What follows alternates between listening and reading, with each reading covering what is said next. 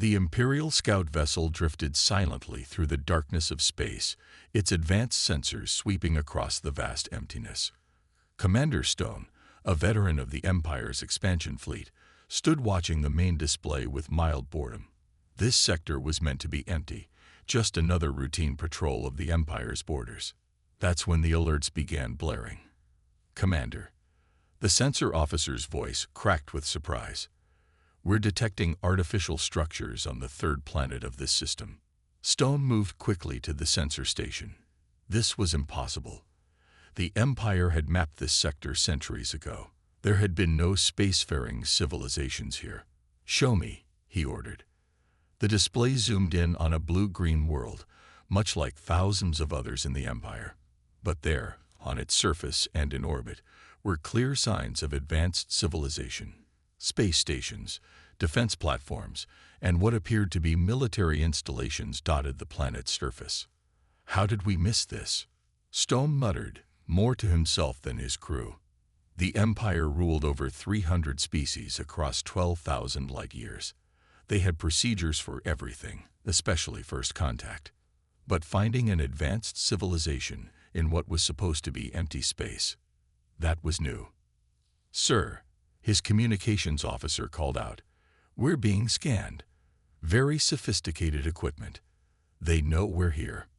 Stone straightened his uniform. "Send the standard greeting package. Let's do this by the book." The response came faster than expected. The mysterious civilization not only decoded their message, but replied in perfect Imperial standard. Stone read the message twice to be sure. "Greetings, Imperial vessel. You have entered the territory of the Human Colonial Defense Force. Please state your intentions." Humans. Stone had heard of them. A newly discovered species from a death world called Earth. The Empire's intelligence service had dismissed them as primitive, barely able to reach their own moon. Yet here they were, light years from their homeworld, with technology that shouldn't have been possible for centuries. "Sir," the tactical officer's voice was tense. "I'm detecting weapon systems throughout their territory.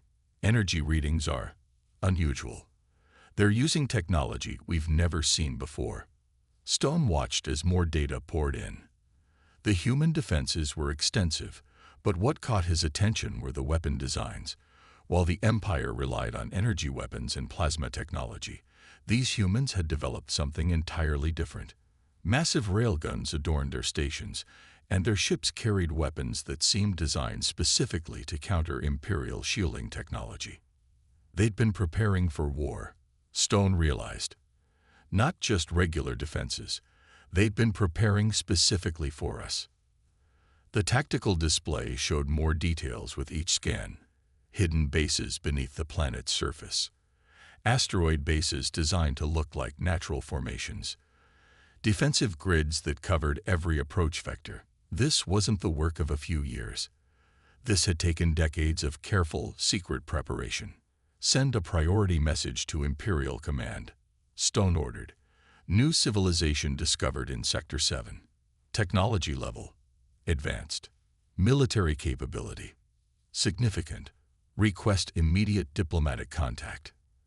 As the message was sent, Stone couldn't shake an uneasy feeling. The Empire had encountered thousands of civilizations. Most were primitive, easy to subjugate or guide into the Empire's embrace. Some resisted and were quickly conquered. A few joined willingly, seeing the benefits of Imperial rule. But this was different. These humans hadn't announced their presence to the galaxy. They hadn't sought trade or diplomatic relations. Instead, they had quietly built up military forces and prepared for a conflict that seemed inevitable only to them. "Sir," the sensor officer called out again. "We're detecting more human installations in neighboring systems. This isn't just one colony. They've established an entire defensive network." Stone nodded slowly. In all his years serving the Empire, he had never seen anything like this. A species that prepared for war before even making contact. A civilization that built its first colonies with military precision and defensive capabilities that could challenge even Imperial fleets. As he drafted his full report to Imperial Command, Stone added a personal note. Exercise extreme caution with humanity. They have not spent their time reaching for the stars.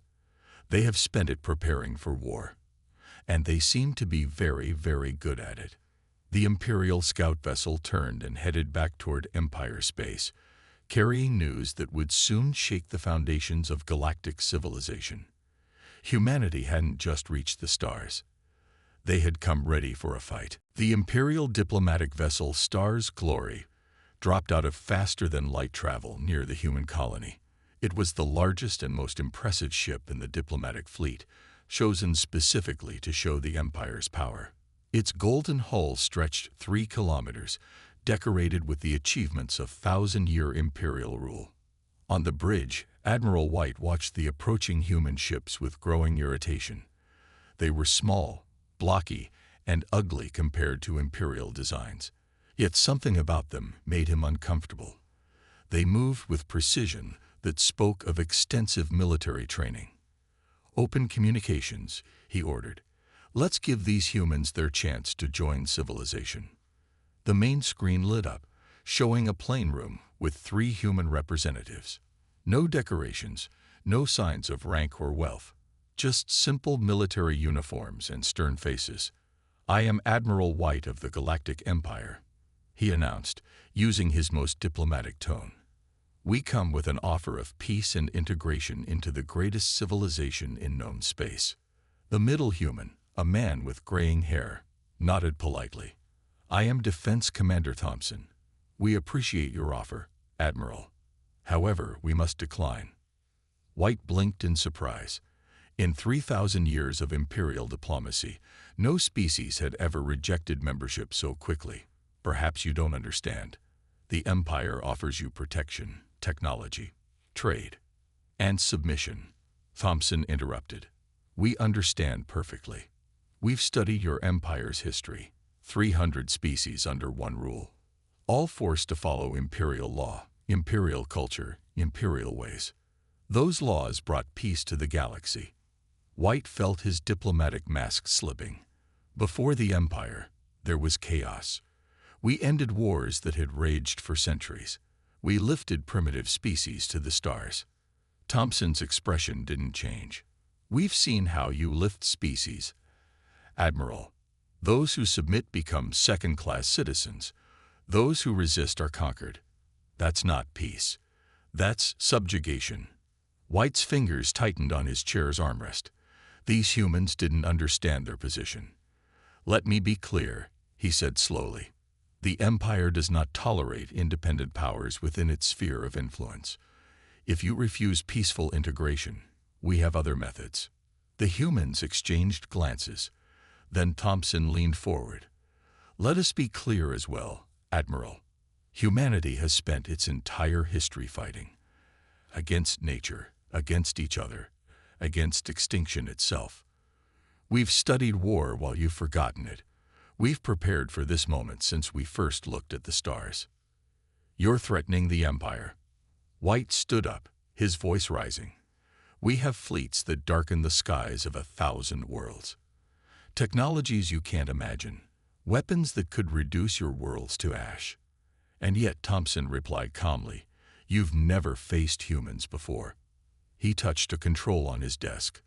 "Look at your tactical display, Admiral." White turned. His tactical officer's face had gone pale. The display showed hundreds of new contacts appearing from behind asteroids, moons, and planetary shadows. Ships, stations, and weapons platforms that had been completely hidden from Imperial sensors. "This is just one colony, Admiral," Thompson continued. "One small part of human space. We didn't expand recklessly like your Empire. Every colony we built is a fortress. Every ship we made is a weapon. We didn't reach for the stars with open arms, but with loaded guns." White felt cold sweat on his neck. The tactical display kept updating, showing more and more human military assets. Their ships had moved to surround the diplomatic vessel with practiced ease. "This is your only warning," Thompson said. "Leave human space. Tell your Empire to stay away. We won't submit, and we won't surrender. And if you force this into war, he paused, his eyes hard. Well, we've been preparing for that longer than you can imagine. The human ships parted, creating a clear path for the Imperial vessel to leave. It was a dismissal, White realized. These primitives were dismissing the Empire like it was nothing. As the star's glory turned to leave, White stared at the tactical display. The Empire had conquered hundreds of species, but they had all fought alone, disorganized, unprepared. These humans were different. They had built their civilization expecting war, preparing for it, perfecting it. For the first time in his long career, Admiral White felt genuine fear for the Empire's future. They had come to give humans a warning, but instead had received one. And as his ship entered faster-than-light travel, he couldn't shake the feeling that the galaxy was about to change forever. The Imperial battle fleet emerged from faster-than-light travel in perfect formation. 200 warships, led by the massive dreadnought, Empire's Fist, filled the space near the human colony. Fleet Commander Black smiled coldly as he watched the tactical display. This was a standard pacification fleet, the same size that had conquered dozens of civilizations before. "Send the final warning," he ordered. "Submit or be destroyed." The response came in the form of a single human transmission. "Come and try." Black laughed. Launch fighters, standard attack pattern. He had done this many times before.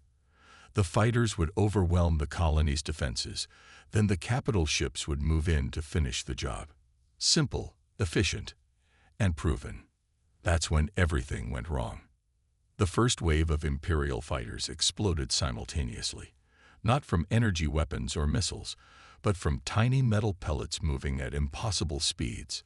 The humans had filled space with clouds of micro-projectiles, turning it into a death trap for the lightly armored fighters. "Impossible," Black's tactical officer shouted. "Their railguns are firing faster than our sensors can track." Before Black could respond, the human fleet appeared. They didn't emerge from hiding or jump in from elsewhere. They had been there all along, their stealth systems making them invisible until they opened fire. "Shields at maximum," Black ordered. "Return fire." The Imperial ships lit up space with energy weapons, their proven technology unleashing devastating power. But the human ships moved differently than any enemy they'd faced before. They didn't try to dodge. Instead, their hulls seemed to absorb or reflect the energy weapons. "Sir, their armor, it's designed specifically to counter our weapons." The science officer's voice shook. "They've been studying us. They know exactly how to fight us." The human counterattack was devastating. Instead of energy weapons, their ships fired massive projectiles. The Imperial shields, designed to stop energy attacks, proved nearly useless against physical objects moving at relativistic speeds. The first volley tore through 3 Imperial cruisers like they were made of paper. "Impossible. Shields up. Stand your ground." Black's orders were cut short as another human weapon revealed itself. Small, unmanned drones swarmed out from hidden launchers. They ignored the Imperial shields completely, attaching themselves to ship hulls before detonating with devastating force. "Sir, we're losing ships too fast." The tactical officer's screen was filled with red alerts. "Their weapons, they're not following any patterns we know." The humans pressed their advantage. Their ships moved in complex formations that seemed chaotic but contained deadly purpose. Each time the Imperial fleet tried to regroup, they found themselves caught in carefully prepared kill zones. "Fall back," Black ordered, watching another cruiser explode. "Full retreat." But the humans had predicted this too. Hidden weapon platforms activated behind the Imperial fleet, cutting off their escape route. The Empire's Fist shuddered as multiple impacts struck its hull. "How?" Black whispered, watching his fleet die around him. "How are they so prepared?" The answer came in another transmission from the humans. "We've spent our entire history killing each other. Did you think we wouldn't be good at it?" The Empire's Fist rocked with more impacts. Black watched in horror as his standard pacification fleet was systematically destroyed by what the Empire had dismissed as primitives. The humans weren't fighting like a young species should. They fought with the accumulated knowledge of thousands of years of warfare, combined with technology specifically designed to counter Imperial advantages. Send the emergency signal. Black ordered. Warn the Empire. These humans, they're not like the others. As the remnants of his fleet desperately tried to escape, Black finally understood. The Empire had grown soft, relying on the same tactics and technology that had worked for centuries. But humans had never stopped evolving, never stopped preparing for war. They had taken their brutal history and turned it into a terrible advantage. Of the 200 ships that entered human space, only 23 survived to carry the warning back to Imperial space. The message they carried was clear. Humanity wasn't just ready for war. They had mastered it. In the burning debris field that had been the Imperial fleet, human ships began recovery operations with practiced efficiency. They had won their first battle against the Empire, but every human commander knew this was just the beginning. The real war was about to start, and humanity was ready. The Imperial High Command meeting room was filled with angry voices. Reports from across Empire space showed an enemy that had been hiding in plain sight for decades. The humans hadn't just built defensive colonies. They had planted seeds of resistance throughout Imperial territory. General Gray slammed his fist on the table. 3 major shipyards destroyed in a single day. How did they get past our defenses? The answer came from Intelligence Director Wilson, whose face showed no sleep for days. Sleeper agents. Humans have been living among us, working in our facilities, learning our weaknesses. They've been preparing for years. The room fell silent as Supreme Commander Green entered. His usually perfect uniform was wrinkled from too many emergency meetings. The main battle fleet is ready, he announced. 4,000 ships. The largest fleet ever assembled. The tactical display showed the massive Imperial Armada gathering. Ships stretched as far as the eye could see, a force that could crush any known civilization. But the humans had proven they weren't like any known civilization. Sir, a young officer burst into the room. Emergency transmission from Beta Station. The main screen lit up, showing chaos. Human ships had appeared from nowhere, using weapons that ignored Imperial defenses. But it was something else that made the commander's blood run cold. They're using gravity bombs, the station commander reported before the transmission cut off. The footage showed Imperial ships being crushed like empty cans, twisted by artificial gravity fields that turned space itself into a weapon. Impossible technology, one admiral whispered. They shouldn't have this capability for centuries. And yet they do, Green replied grimly. Because they've been stealing our research, improving it, weaponizing it. While we watched them openly, they studied us from the shadows. New reports kept coming in. Human raids struck across Imperial space with surgical precision. They didn't try to hold territory or conquer worlds. Their attacks targeted military installations, weapon factories, and command centers. Each strike revealed new weapons, new tactics, new horrors. Latest intelligence update, Wilson reported. We've confirmed that humans have built massive underground military installations on every colony. Some extend kilometers into the planet's crust. They're not just colonies, they're fortresses. The display showed scans of one human world. Under the peaceful surface lay vast weapon factories, hangars, and defense systems. Years of work, all hidden from Imperial eyes. The humans had turned their planets into armed camps, while making them look like simple colonies. How do we fight an enemy that's been preparing for war since before we met them? Someone asked. We adapt, Green answered. The Empire has ruled for thousands of years. We will not fall to these upstarts. But even as he spoke, more alerts flashed across the screens. Human ships had appeared in the Centauri sector, striking another military base. Their weapons tore through Imperial defenses like they didn't exist. The footage showed Imperial soldiers retreating in panic from an enemy that seemed to have an answer for every Imperial tactic. Sir, Wilson looked up from his datapad, We're detecting increased activity in all human territories. They're not just defending anymore. They're mobilizing for full war. The room grew colder as the implications sank in. The Empire had thought this would be a simple pacification campaign. Instead, they had walked into a trap centuries in the making. The humans hadn't just prepared for war. They had prepared specifically for war with the Empire. Launched the main fleet. Green ordered. All of it. We end this now. But as the orders went out, another officer rushed in. Sir, the humans, they've released data packets throughout Imperial space. They're showing other species how to resist our control. There are reports of uprisings on 12 worlds already. The Empire had ruled through fear and overwhelming force for thousands of years. But now they faced an enemy that had turned their own strength against them. The humans hadn't just built weapons, they had created a blueprint for revolution. As the massive Imperial fleet moved toward human space, no one in that command room felt the confidence they had just days ago. They were about to fight an enemy that had spent generations preparing for this very moment.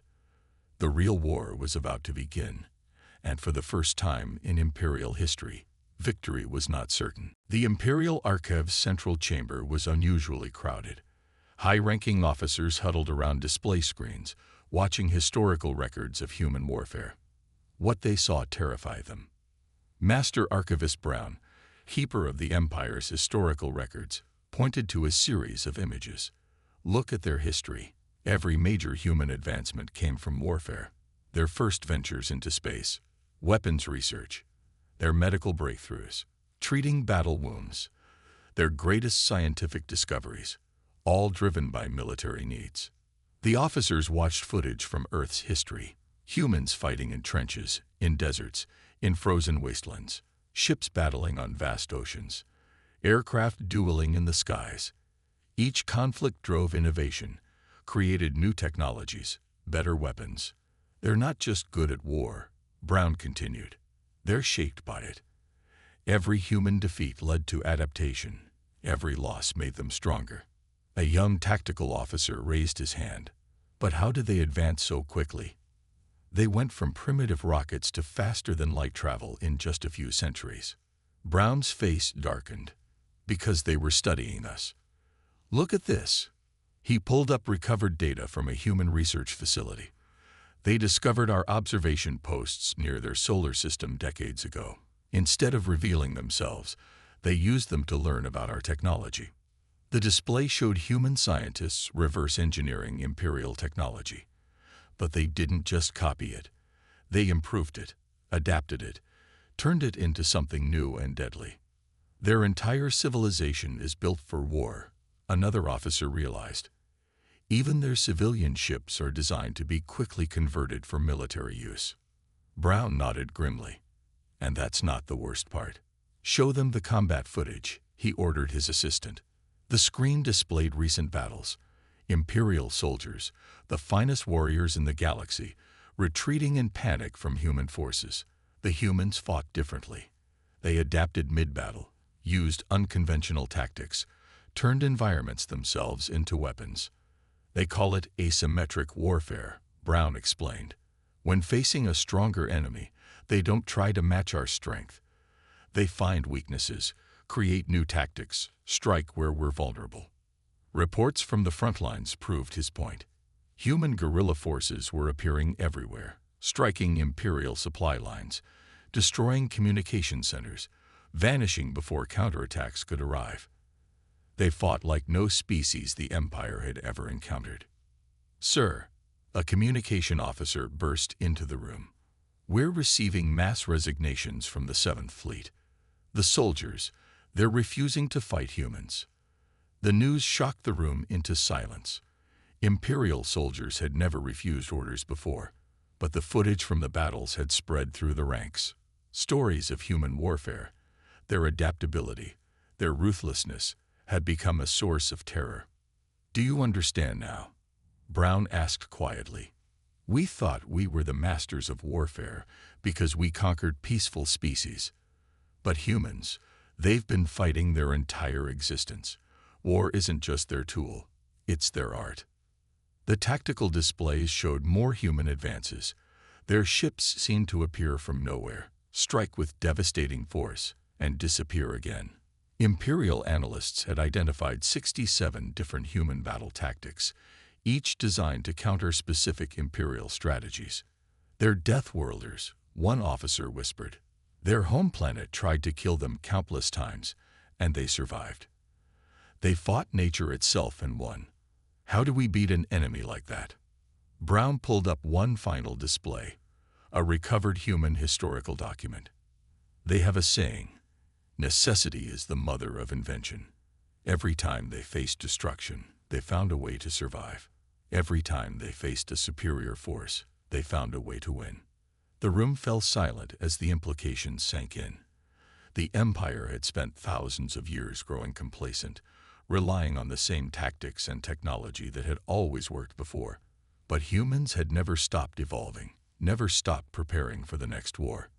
"We didn't find them," Brown concluded quietly. "They revealed themselves when they were ready. Every colony, every ship, every weapon. It was all prepared for this war. We thought we were hunting primitive prey, but we walked into the den of a predator that had been studying us for generations." As if to emphasize his point, new alerts flashed across the screens. More human attacks, more Imperial defeats. The Empire was fighting an enemy that had turned warfare into a science, conflict into an art form. And for the first time in Imperial history, they were learning what it meant to be truly outmatched. The Imperial Palace shook from another distant explosion. Through the grand windows, the capital world's sky was filled with the flashes of battle. Human ships had breached the Empire's last defensive line, pushing deep into the heart of Imperial space. "Status report," Emperor Thomas demanded, watching his greatest city burn. "Humans have taken control of 30 major systems," his advisor reported, voice trembling. "Their main fleet is advancing on all fronts, but it's the rebellions that are causing the most damage." The tactical display told the story. Inspired by human success, dozens of subjugated species had risen against Imperial rule. Centuries of resentment exploded into open revolt. The Empire's forces, already stretched thin fighting humans, couldn't contain the spreading rebellion.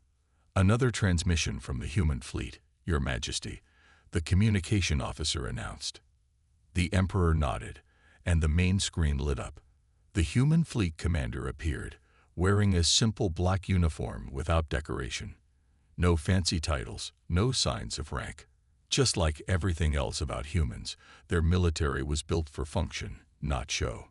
"Your defense line has fallen," the human commander stated simply. "You have one last chance to end this." Emperor Thomas straightened his ornate robes. "The Empire does not surrender. We have ruled for thousands of years. We will not bow to primitives." "Look outside your window," the human replied calmly. "Your capital is burning. Your fleets are in ruins. Your subject species are in revolt. And we haven't even shown you our worst weapons yet." As if to prove his point, new alerts flashed across the Imperial displays. Human strike teams had appeared simultaneously in 100 different Imperial facilities. Critical systems failed across entire sectors as carefully placed saboteurs activated hidden programs. "Impossible," the Emperor's advisor gasped. "How did they coordinate such a massive attack?" The human commander's face showed no emotion. "We've had agents in place for decades. While you watched our colonies, we infiltrated every level of your society. Every weakness you have, we found it. Every advantage you had, we studied it and countered it." The palace shook again, harder this time. Through the windows, the Emperor watched as massive human warships appeared in the atmosphere, their dark hulls blocking out the sun. They moved with deadly grace, systematically destroying Imperial defense positions. "Your Empire's greatest weakness," the human continued, "was your arrogance. You thought your rule was absolute. You never imagined someone could study you, learn your weaknesses, prepare to fight you. You never thought your subjects would turn against you." Another series of explosions lit up the sky. But these weren't from human ships. They came from imperial citizens rising up against their rulers, using weapons and tactics the humans had taught them. "This is our warning," the human commander declared. "Leave us and our allies alone. The species you enslaved are under our protection now. Your empire's time of unchallenged rule is over." The emperor watched helplessly as his capital descended into chaos. The empire's rigid command structure, once its strength, had become its weakness. The humans had struck at critical points, disrupting communication and coordination. Without direct orders, imperial forces fell into disarray. "The choice is yours," the human continued. "Accept the new reality, or we will dismantle your empire piece by piece. We've spent generations preparing for this war. How long do you think you can last?" As if to emphasize the point, more human ships appeared, emerging from stealth. They had been there all along, waiting for this moment. The emperor realized with growing horror that this entire attack had been planned years, perhaps decades in advance. "You had your chance to leave us in peace," the human commander concluded. "You chose war instead. Remember this day. Remember that humans didn't just fight your empire. We broke it. Think carefully about whether you want to continue this conflict." The transmission ended, leaving the emperor staring at his burning capital. Outside, more explosions lit up the sky as human ships methodically destroyed every imperial military installation. They weren't just winning the war, they were dismantling the empire's ability to ever threaten them again. In the distance, cheers could be heard as liberated species celebrated their freedom. The empire that had ruled for thousands of years was crumbling, defeated not by brute force, but by an enemy that had turned patience, preparation, and adaptability into the deadliest weapons of all. 1 year after the war's end, the Grand Meeting Hall of the former Imperial Palace hosted a historic gathering. Representatives from hundreds of species filled the chamber, once reserved only for imperial nobility. At the center table sat human diplomats alongside the reformed Imperial Council.